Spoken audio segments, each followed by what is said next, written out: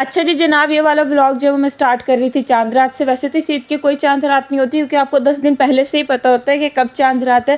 खैर 6 बजे का टाइम था और अभी मैंने लगवाई थी ये मेहंदी, बस हल्की फुल्की सी मेहंदी लगवाई थी, वो भी सिर्फ एक हाथ पे, क्योंकि मैं मेहंदी की शौकीन नहीं हूँ, तो बस समझ लिया खाना पूरी के तौर पर मैंने थोड़ी सी मेहंदी लगवा ली थी। वैसे अच्छी लग रहा है डिज़ाइन, बस थोड़ा बहुत डिज़ाइन लगवाया था, साथ में अपने मियाँ जी का नाम ऐसे शौक में लिखवा लिया था। बस ये सिंपल सा डिज़ाइन था, सिर्फ एक हाथ पर लगवाया था। चलिए फिर रात को जो है हम लोग थोड़ी सी आवारागर्दी करने के लिए निकल गए थे। एक्चुअली मैं और मेरी बहन का ना मामूल है, जब भी चांद रात आती है ना हम लोग बाहर ज़रूर जाते हैं, बस घूम लेते हैं, आवारागर्दी कर लेते हैं, खा पी लेते हैं, ऐसे इंजॉयमेंट के तौर पे। ये जो चीज़ें हैं ना आपको याद आती है शादी के बाद, क्योंकि ये सब चीज़ें आप सिर्फ शादी से पहले कर सकते हैं, बाद में सब पॉसिबल नहीं होता। मेरी जो है अगले साल मेरी ईद इस घर में नहीं होगी, मैं अपने ससुराल में करूँगी ईद, तो हो सकता है मैं चांद रात पे ना जाऊँ कहीं, जिस तरह से मैं अब जाती हूँ, तो फ़र्क आ जाता है। इसलिए इंसान को जो लम्हे मिलते हैं ना उसे इंजॉय करना चाहिए। और बस मैंने सिर्फ मेहंदी जो है ना वो सिर्फ आधे घंटे लगाई थी, और आधे घंटे में मेरा बहुत अच्छा कलर आ गया था, क्योंकि मेरा रोज़ा था तो मैं फिर ज़्यादा देर मेहंदी नहीं रख सकती थी।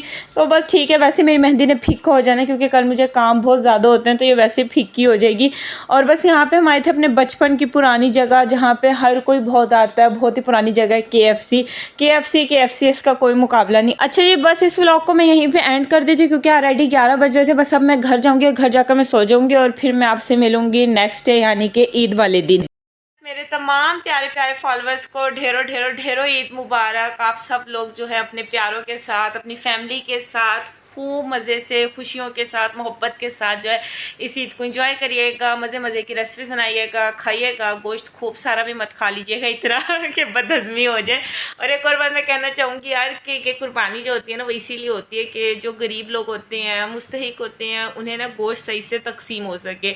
मैं वैसे तो आप सबको बहुत अच्छे से पता है, लेकिन फिर भी जब भी इस तरह का मौका आता है ना तो उन लोगों का ज़रूर ख्याल रखना चाहिए कि जिनके पास, जो लोग कुर्बानी नहीं करते ना, क्योंकि सबसे पहला हक उन्हीं का बनता है। जो लोग कुर्बानी करते होते हैं ना, जिनके घर में 3-3 4-4 जानवर कुर्बान हो रहे होते हैं, तो उनके घर भेजना फिर इतना ज़रूरी नहीं होता जितना ज़रूरी ना उनके घर भेजना होता है जहाँ पे कुर्बानी नहीं हो रही होती। हम लोग ना कुछ गिव एंड टेक कर रहे होते हैं कि किसी के घर कुर्बानी हो रही होती है ना, तो हम उसके घर भी भेज देते हैं अच्छा सा कुछ, और हमें पता होता है रिटर्न में उसकी तरफ से भी हमें आ जाएगा। लेकिन असल हक जो होता है ना वो उनका होता है जिनके कुर्बानी नहीं हुई होती। एक मैंने पोस्ट पढ़ी थी सोशल मीडिया पे, तो मुझे बड़ा पढ़ के ना बड़ा दुख हुआ था कि उन्होंने कहा था कि हम रेंट के घर में रहते हो, जहाँ हम रहते हैं ना तो हमारी गली में किसी ने कुर्बानी की थी बैल की ना, तो उन्होंने कुर्बानी नहीं की थी, तो उनके हस्बैंड ने जब कहा ना खाना पकाने को, तो उन्होंने कहा कि सुबह सुबह ना 10 बजे जो है ना, इन्होंने सुबह सुबह कुर्बानी कर लिया तो 10 बजे तक गोश्त आ जाएगा, अभी आप केक खा लें, फिर जैसे ये गोश्त भेजेंगे ना हम फिर वो वाला मीट पका लेंगे। होता है यार, दिल तो सबका करता है, लेकिन हर किसी के पास ना इस वक्त साहब इस्तात नहीं हो पाता, किसी के कोई मसले होते हैं तो कोई नहीं कर पाता कुर्बानी। तो वही इन्होंने यही लिखा हुआ था कि हम किराएदार थे ना, तो उन्होंने, और हमने उन्हें गोश्त नहीं भेजना था, तो पूरी गली में उन्होंने हमें छोड़ के, जिनके घर किराए के थे ना उन्हें छोड़ के, और जिन्होंने कुर्बानी नहीं की थी उन्हें छोड़ के बाकी उन्होंने सबके घर गोश्त भेजा था। तो मुझे पढ़ के ना बड़ा अफसोस हुआ यार कि हक ज़्यादा उनका बनता है। हम तो ऐसे ही करते हैं कि पहले जिन्होंने उन्हीं की होती है ना कुर्बानी, सबसे पहले हम उन्हीं के घर भेजते हैं गोश्त ना, और फिर बाद में जिन्होंने की होती है ना उनके घर देते हैं, क्योंकि अगर नहीं भी हो रहा तो उनकी तो खैर है, लेकिन पहले मुस्तहिक जो उनका असल में हक है ना उनकी तरफ चला जाए। और बाकी सीट पर सिर्फ आपने जानवर की कुर्बानी नहीं करनी है, आपने अपनी ईगो को, मिसट्रस्ट को, अपने प्राइड को, अपने गरूर, जेलसी, सब चीज़ों को जो है ना कुर्बान कर देना, अपने दिल को अमन के साथ और खूब सारी मोहब्बत के साथ भर लेना है, ताकि अल्लाह पाक हम सब की कुर्बानियाँ भी कबूल फरमाए और हमारी ज़िंदगी भी आसान हो जाएगी इस तरीके से। तो बस यही छोटी सी बात कह रही थी। तो बस कुर्बानी जो है ना वो अभी नहीं हुई है, थोड़ी देर में कसाई अंकल जो है ना वो आएंगे। इस ईद पर ना कसाईयों के रेट सबसे ज़्यादा होते हैं और नखरे भी सबसे ज़्यादा उन्हीं के होते हैं। छोटी ईद पर टेलर के नखरे ज़्यादा होते हैं, बड़ी ईद पर कसाईयों के नखरे ज़्यादा होते हैं। बहुत सारे घरों में फ़ौरन कुर्बानी हो जाती है नमाज के बाद, जो लोग खुद कर रहे होते हैं ना और जिनके जानने वाले होते हैं उनके कसाईयों में उनकी जल्दी हो जाती है लेकिन यहाँ पे भी थोड़ा टाइम लगेगा। तो बस, और ईद का सारा दिन मसरूफियात में गुजर जाएगा। और अगेन आप सबको मेरी तरफ से बहुत बहुत बहुत ईद मुबारक हो, मेरे प्यारे फॉलोअर्स को। यहाँ पे मेरी बहन को देख सुबह अभी 8:15 बजे का टाइम है और ये तैयार होने खड़ी हो गई है, क्योंकि इसने और तो वही काम करना है नहीं, बस खाना है, पीना, सुकून करना है। हाँ, एक काम ये करेगी शाम के वक्त ना, गोश्त बांटने का, तकसीम करने का ना अब्बू के साथ, क्योंकि तकसीम का काम जो है ना वो मैं नहीं करती, क्योंकि मैं बस खाना पकाती हूँ, गोश्त के हिस्से वगैरह बनाती हूँ, तो मैं बहुत थक जाती हूँ। उसके बाद सबके घर में ये जाती है तो ये सुबह सुबह सुबह तैयार होने खड़ी हो जाती है। जो वेले लोग होते हैं ना, जिन्होंने घर में कोई काम नहीं करना होता, वो इसकी तरह होते हैं। जो है उससे कोई काम नहीं करना, सुबह खड़ी है तैयार होने के लिए कब से। 1 घंटा हो गया, तुम अभी तक तैयार नहीं हुई हो। और इसका ड्रेस दिखाती हूँ मैं आपको, दिखा दूँ तुम्हारा ड्रेस। ये इसका ड्रेस है जो कि मैंने पसंद किया था। देख लो कितना खूबसूरत ड्रेस मैंने तुम्हें दिलवाया है। और बस यहाँ पे नाश्ते में मैंने अपने लिए आज बनाई थी आइस्ड कॉफ़ी, क्योंकि ना सारा दिन गोश्त वोश्त खाना है तो ऑलरेडी बहुत गर्मी हो जाएगी। तो मैंने कहा नाश्ते में ना सिर्फ ठंडी सी चीज़ जो है वो पी लेती हूँ, क्योंकि और तो कुछ खाने को मन नहीं कर रहा था। क्योंकि रात को KFC खाया तो वैसे दोपहर को ना कलेजी बन जाएगी, तो बस वही खाऊँगी। तो बस फ़िलहाल यहाँ पर मैं बना रही थी आइस्ड कॉफ़ी, जिसमें मैंने खूब सारी बर्फ़ डाल दी, जिसे पी कर ना कलेजे में ठंडक पड़ जाएगी। ये वेले लोगों का अभी अभी जो है वो मैंने हेयर स्टाइल बनाया। काम तो इन्होंने कुछ करना नहीं है, बस तैयार श्यार होकर बैठ गई हैं। हाँ, कितनी लकी हो तुम, मेरी जैसी तुम्हें बहन मिली है। पीछे अपनी और बस काफ़ी है इतनी बैक कोमिंग, है ना, काफ़ी आ गया है। इतना अच्छा हेयर स्टाइल मैंने बनाया। अपने बालों पे मुझे टाइम नहीं मिलता, लेकिन दूसरों के बालों पे मैं बना देती हूँ।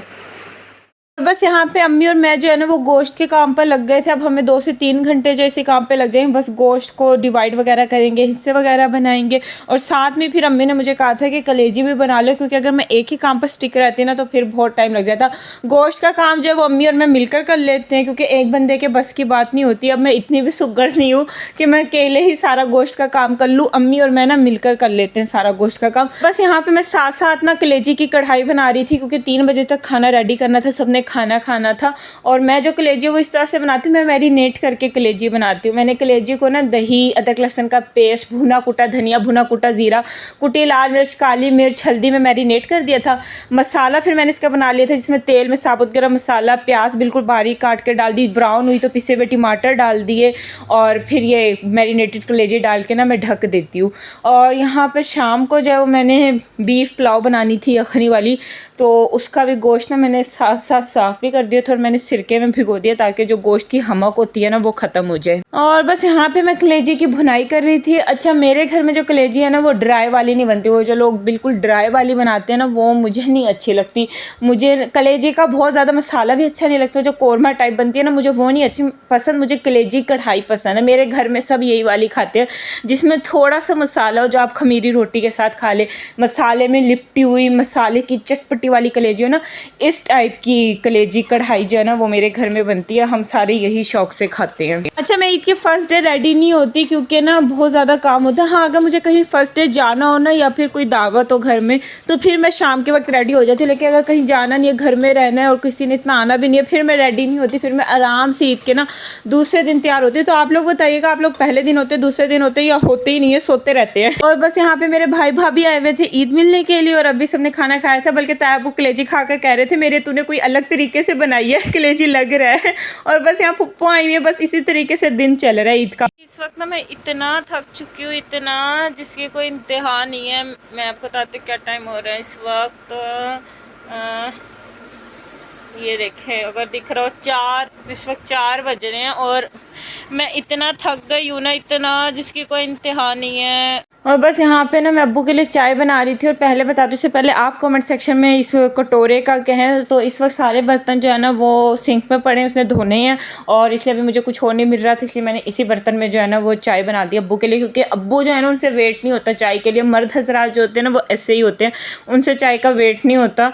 और यहाँ पर जो है साथ में मैंने यखनी बनाने के लिए रखी हुई थी, शाम को पुलाव बनानी थी। और इतनी मुझे थकान हो गई है ना, गोश्त का काम ना आपको बहुत थका देता है।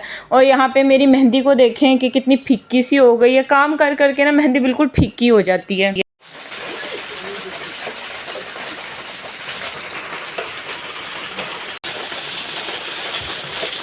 शाम में अगेन से बारिश जो है ना वो स्टार्ट हो गई थी। और बस अब मैं बनाने लगी थी पुलाव। ये मैंने लिए थे 1 kg राइस पुलाव वाले, जिसे मैंने आधे घंटे भिगो दिया। 1 पाव दही ली, 3 बड़े साइज़ के टमाटर लिए, और 2 टेबलस्पून इमली का पेस्ट लिया। इन तीनों चीज़ों को मैंने ब्लेंड कर लिया। चॉपराइज हरी मिर्चें अपने टेस्ट के अकॉर्डिंग लेंगे आप। 2 बड़े साइज़ की प्याज से मैंने ब्राउन कर लिया। 3-4 तेज़पात लिए। 2 टेबलस्पून साबुत धनिया था, जिसे मैंने कूट लिया था। और 1 टेबलस्पून सौंफ थी, उसे भी कूट लिया था। नमक, कुटी हुई लाल मिर्च है, 1 टेबलस्पून सफ़ेद है, ज़ीरा है, दालचीनी है, लौंग है, काली मिर्च है, छोटी इलायची है, बड़ी इलायची है। ये सारा साबुत गरम मसाला है।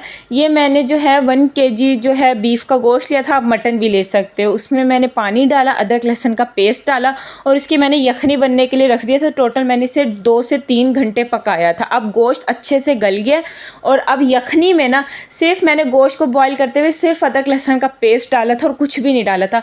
अब उसी यखनी में आपने ये जो राइस भिगो के मैंने रखे हुए थे ना, जब बॉईल आ जाएगा उस वक्त आपने, और गोश्त भी गल जाएगा, तब आपने ये जो राइस है ना वो इसमें ऐड कर देना है, इसे मिक्स करना है और इसे एक बॉईल देना है। जैसे ही इसमें बॉईल आ जाएगा ना, अब जिस वो ऑयल में मैंने प्याज ब्राउन नहीं की थी, 1 कप भर के मैं इसमें वो ऑयल ऐड कर दूँगी। सारा जो मसाला है ना वो मैं इसमें ऐड करूँगी। अच्छा, मेरे पास इस वक्त आलू बुखारा मुझे नहीं मिल रहा था, वरना मैं इस स्टेज पर ना इसमें 5 से 6 आलू बुखारे भी ऐड करती हूँ, उससे और अच्छा फ्लेवर आ जाता। बस इसे डालेंगे, डाल कर ना अच्छे से मिक्स करेंगे और इसे भी ना आप 2 से 3 बॉयल दे देंगे। और ये सारी चीज़ें जब आप डालेंगे ना, आपकी जो आंच है वो तेज़ होनी चाहिए।